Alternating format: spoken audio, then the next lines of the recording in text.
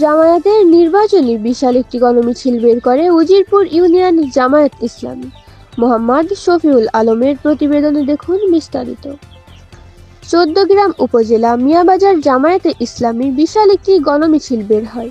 এই সময় গণমিছিলে উজিরপুর ইউনিয়ন জামায়াতের আমির মাওলানা আবুল হাশেমের সভাপতিত্বে বিশেষ অতিথি হিসেবে উপস্থিত ছিলেন জামায়াতের কুমিল্লা দক্ষিণ জেলা আমির অ্যাডভোকেট মোহাম্মদ শাহজাহান, সাবেক আমির আব্দুস সাত্তার, কুমিল্লা মহানগর সেক্রেটারি মাওলানা মাহবুবুর রহমান, চৌদ্দগ্রাম উপজেলা আমির মাহফুজুর রহমান, পৌর আমির মাওলানা ইব্রাহিম, উপজেলা সেক্রেটারি বেল্লাল হোসাইন। আয়োজিত গণমিছিলে শ্রীপুর ইউনিয়ন ও বিভিন্ন ইউনিয়ন থেকে বিপুল সংখ্যক জামায়াত শিবির নেতাকর্মীরা জামায়াতের নায়েবে আমির ডাক্তার আব্দুল্লাহ মুহাম্মদ তাহেরের পক্ষে ও দাঁড়িপাল্লা প্রতীকের সমর্থক মিয়াবাজারে ঢাকা ও চট্টগ্রাম মহাসড়কে বিশাল একটি গণমিছিল বের করে উজিরপুর ইউনিয়ন জামায়াত ইসলামী। সারা দেশের আপডেট নিউজ পেতে উত্তরের নিউজের সাথে